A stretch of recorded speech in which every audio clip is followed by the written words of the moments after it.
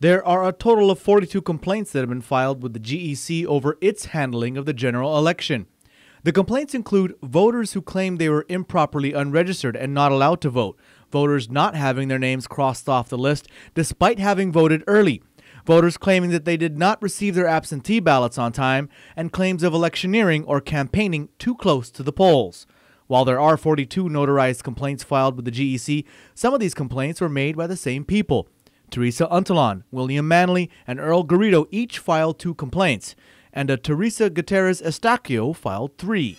Estacio's complaints allege that her brother-in-law, who's deployed to Iraq, requested for an absentee ballot prior to May 15th, but didn't receive one until November 2nd, which didn't allow him enough time to mail the ballot back to Guam for the election.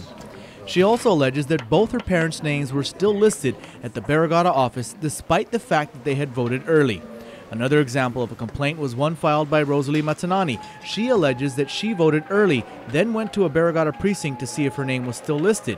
It was listed, so she immediately informed a precinct official that she had already voted.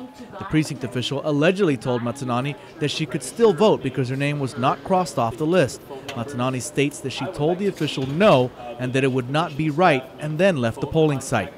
Ralph Gutierrez II filed a complaint stating that both of his parents' names were not crossed off the voting list, even though they too voted early. Jerry Yingling also filed a complaint as well, stating that he elected to vote by absentee ballot, but he only received a ballot for the delegate race, forcing him to fly back to Guam to vote.